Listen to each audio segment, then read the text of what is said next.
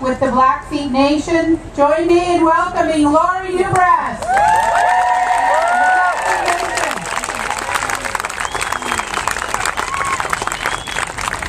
Okay, natali ko Aspen Nikki, ki Nisto Anspak Kiriaki. I am a proud member of the Blackfoot Confederacy. We are the indigenous land caretakers of the headwaters of the North American continent. We live where sacred sites to us to practice our way of life are at stake from the fracking. I come here today and I represent over 60,000 members of the Blackfoot Confederacy in Montana, Alberta, and Saskatchewan.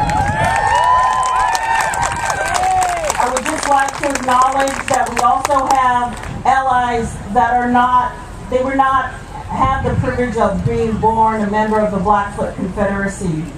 That one thing we all share, and the reason I'm here today is because everybody in the living human family needs water to live. Currently on the Blackfeet Reservation, we have multinationals targeting our sacred sites. We have oil companies bringing in with them drug dealers, prostitution, a threat to our very cultural way of life. And that's why I came here today. But I'd like to share with you some of the beauty of our nation.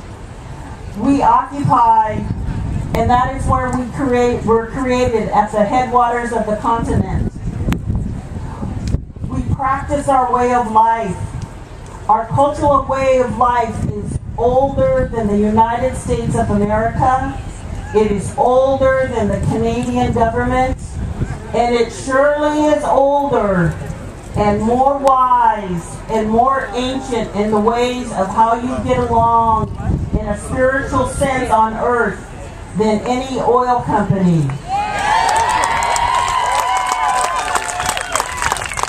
My family members, my relatives on both sides of the border are struggling with how do we live on past this generation.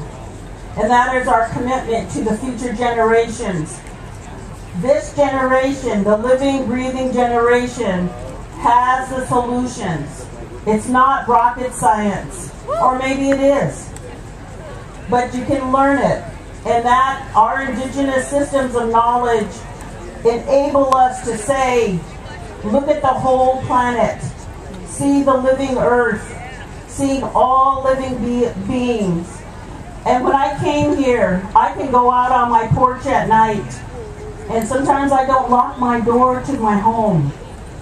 But I'm going to have to start now. I can see the living night sky. We need the daylight. We need all the winged ones that migrate across our reservation, the endangered species. We need those to continue our way of life. The particular plants, berries, we live in relationship with the natural environment. I want to protect the fens, the riparian, the riverian environments on the reservation. I want you to be able to come to my home and to see the only place on earth that you can see a particular flower in the Conley Fen on the Blackfeet Reservation. My hope today is that people start to understand Indian country, there needs to be an immediate moratorium on all drilling declared. That includes Alaska. And I ask this as an indigenous person.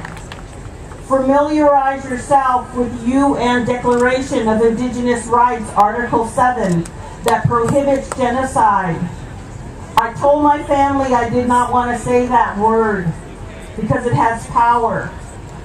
But to us, we name things because of their action. The dispossession of our land has been historic, and hopefully they're still teaching that in school.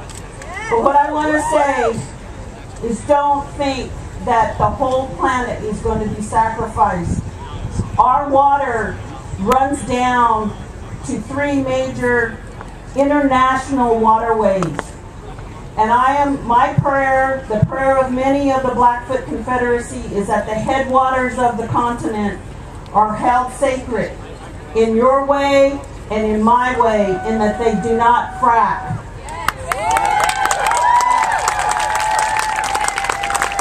The oil and gas companies right now are targeting the Blackfeet Reservation in Montana, the Blood Reserve in Canada, the North Pegman in Canada, and the Blackfoot proper in Goshen, Alberta. And what we say is we are going to live on. We have a system of knowledge that I heard renewable energy.